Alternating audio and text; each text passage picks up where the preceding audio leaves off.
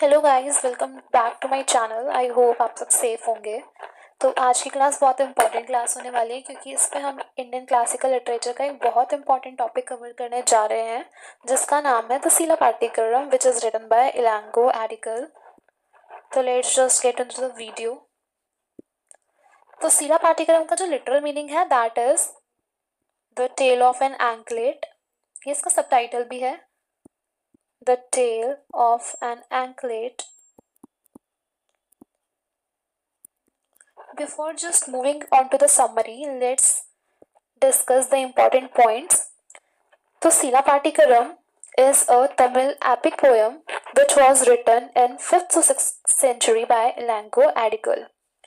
ये जो हमारी एपिक पोएम है ये हमारी socio political and religious life को डिस्कस करती है तमिलनाडु की, and it has 5730 lines and it was composed in a कवल or acronym meter. This question is important and might come in exam, that Sila Patikaram was composed in which meter? So our answer will be a kaval or acronym. जो भी option में हो that will be the answer. Now let's move on to the characters. There are two major characters that are Kannagi and Kovalan. They both get married, that we will study in the summary too. And one is Masathuvan, that is father of Kovalan,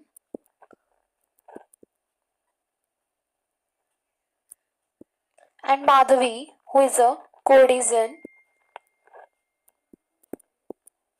a dancer. And we have some divine characters also like Lord Indra, Lord Shiva, Lord Murganan, and Lord of Death.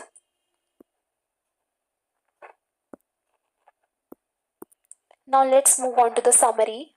So it was written by Elanco Edical, and Elanco Edical was a Jain monk and he belonged to Chera family. So let's just move on to the summary. In chapter 1, we have 3 chapters in total. Let's start with the chapter 1. Chapter 1 is Puhar Kandam, and that opens with the city of Puhar. In the city of Puhar, the main characters, Kannagi and Kovalan, lived and they were wealthy. They belonged from a wealthy family.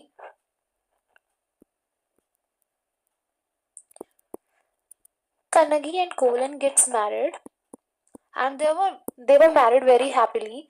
After some time, they go to a festival and in the festival they meet a dancer named Madhavi. So everyone was very impressed with the dance of Madhavi and Kovalan felt attracted towards Madhavi. And a king named Chola King Karikalan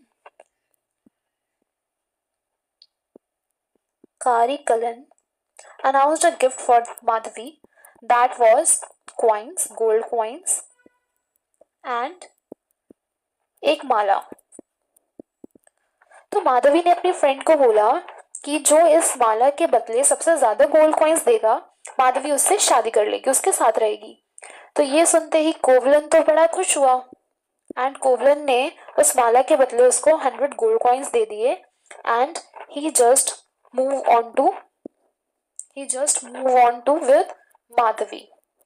वो माधवी के साथ चला गया without even thinking about Kannagi or his family members. He just got to Madhavi. After that कई time तक ये दोनों साथ रहे. एक फेस्टिवल हुआ जिसमें कोवलन ने फ्लूट परफॉर्म करी एंड उसने एक गाना गाया which was about a female lover who betrays his male lover. तो इस पे माधवी को लगा कि ये इसने इसको डेडिकेट करा है, बट ये सीन नहीं था. And in response, Madhavi also sang a song in which she sang about a female who betrays with a male partner. सो कोवलन सोचता है कि इसने ये मुझे टारगेट करके गाया है and that time he just left her without any information. Madhavi sochta that he will come back, but he never comes back. And here Kannagi was also very alone. Kannagi भी अकेली थी and she saw in dream that Yamraj was taking कोवलन. तो ये कोवलन जो है कन्नगी के पास वापस चला जाता है and after that Kannagi tells him about the dream. और इससे वो पहले तो आके इसको अपोलोजाइज करता है that I am really sorry for my behaviour and Kannagi उसको बड़े आराम से माफ़ कर देती है. एंड आफ्टर दैट कोवलन उसको बोलता है कि we should move to Madurai because I think the city is cursed. कौन सी सिटी कर्स्ड है? पुहार की. तो कन्नगी जो है वो ठीक है, शी अग्रीज एंड बट कोवलन जिसने अपनी सारी वेल्थ माधवी पर लुटा दी होती है and Kannagi was also left with nothing except 2 anklets, 2 gold anklets जिसमें रूबी लगी हुई थी. तो कोवलन बोलता है we should start a new life after moving to Madurai. तो इसी के साथ ये वाला चैप्टर हमारा खत्म हो जाता है. No, one more thing, Madhavi अपने फ्रेंड के थ्रू कोवलन को लेटर पहुंचवाती है कि I am really sorry for all my mistakes and you should come back to me. But Kovalan उसको बोलता है no, you are just a dancer. तुम सिर्फ किसी को अट्रैक्ट कर सकती हो, तुम लॉन्ग टर्म रिलेशनशिप के लिए नहीं हो. तो इसी के साथ ये हमारा चैप्टर खत्म हो जाता है when Kannagi and Kovalan decides to go to the city of मादुराई.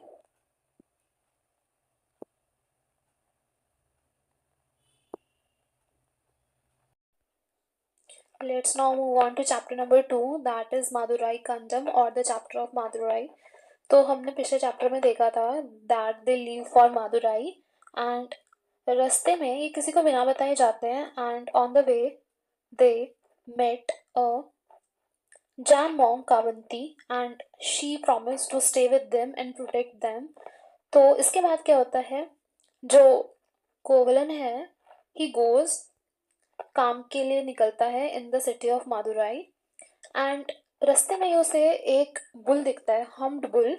तो हम्ड बुल को हम सिंबल मानते हैं, अच्छा सिंबल नहीं है. जैसे हम कहते हैं ना कि बिल्ली रास्ता काट जाए तो नहीं जाना चाहिए, तो ऐसे ही हम्ड बुल था जो एक सिंबल था ओमन का, जो कुछ बुरा होने को इंडिकेट कर रहा था. बट कोवलन वॉज लाइक अब इससे बुरा क्या ही होगा, तो he just move on. And after that एक मातालन ब्राह्मण मिलते हैं कोवलन को जो बताते हैं कि उनकी एक बेटी हुई है फ्रॉम माधवी एंड उन बेटी का नाम है मानी मेखलाई. एंड जो माधवी है वो इन्फॉर्मेशन पहुंचाती है कोवलन तक एंड वो समझती है कि अगर अब कोवलन आ गया तो फाइन, वरना फिर वो कभी नहीं आएगा. एंड ऐसा ही होता है, वो उधर नहीं जाता और अपनी आगे की जर्नी कंटिन्यू करता है.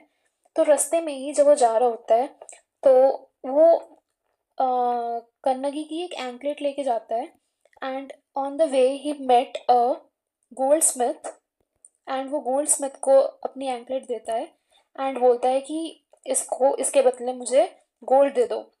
And after seeing the bangle, after seeing the anklet, gold Smith बहुत खुश हो जाता है ये देख के कि ये बैंगल तो बड़ी महंगी है. आई एम रियली वेरी सॉरी. तो गोल्ड स्मिथ बहुत खुश हो जाता है कि ये एंकलेट तो बड़ी महंगी है और वो फटाफट से राजा के पास इस एंकलेट को लेके जाता है और उसको बोलता है कि आप यहीं पे वेट करो, ये बहुत महंगी एंकलेट है और आपको इसके अच्छे प्राइस मिलेंगे, मैं आपको किंग के पास लेके जाता हूँ इस एंकलेट को. तो ठीक है, कोवलन मान जाता है और वहाँ पे वेट करने लगता है. और जैसे ही वो किंग के पास लेके जाता है और वो किंग को बोलता है कि देखो आपकी जो क्वीन है, क्वीन की एंकलेट गुम हुई होती है. वो बोलता है कि आपकी जो खोई हुई एंकलेट थी वो मिल गई है and the name of the king was. तो बिना without any trial king order कर देता है कि जिसने भी इस एंकलेट को चुराया था उसको मार दो. And the case was, the real case was कि गोल्ड स्मिथ ही असली कल्प्रिट था. He was the one who stole the anklet from the queen. उसने सोचा कि बहुत अच्छा मौका है बदला लेने का एंड इसकी सब सीक्रेट रह जाएगा, no one will ever got to know कि कैसे क्या हुआ. तो 2 सिपाही भेजता है king and they kill Kovalan without any asking of questions. And after that, when when Kannagi knows about the scene, she felt very angry. She just ran into the court of King Nedujin Jelian and वो पूछती है कि आपने ऐसा क्यों किया without any this reason. तो king बोलता है कि भाई चोर की सजा तो मौत ही होती है। तो वो बोलती है कि आपने प्रूफ कैसे कर दिया कि ही वॉज द थीव। तो वो उसकी जो एक एंकलेट उसके पास होती है वो उसको ज़मीन पे फेंक के मारती है एंड तो वो टूट जाती है और उसमें से रूई निकलती हैं। एंड जो क्वीन की हमारी वो थी एंकलेट उसमें पर्ल थे। तो फिर वो बोलती है कि ये तो मेरी एंकलेट नहीं है। And on this the king feels very guilty and due to this guilt he just commit suicide. और जब वो सुसाइड कर लेते हैं तो जो क्वीन है वो सदमे से मर जाती हैं। And all the Monks that were जो मिली थी इनको कन्नगी को वो भी सुसाइड कर लेती हैं बिकॉज वो नहीं बचा पाई। और जो कन्नगी होती है वो बहुत गुस्सा हो जाती है and she just tears her left breast and she curse the city that की आग लग जाएगी सारे में and she just tears her breast and all the city of Madurai gets burned.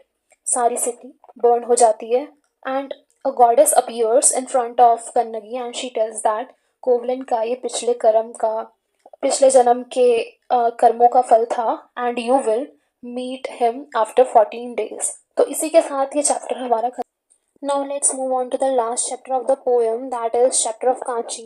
तो इस चैप्टर में क्या होता है, द गॉड्स एंड गॉडेस, जो हमारे गॉड्स एंड गॉडेस हैं वो कन्नगी से मिलते हैं चिराकांडू पे और वो हेवन की तरफ चली जाती है लॉर्ड इंद्र के साथ।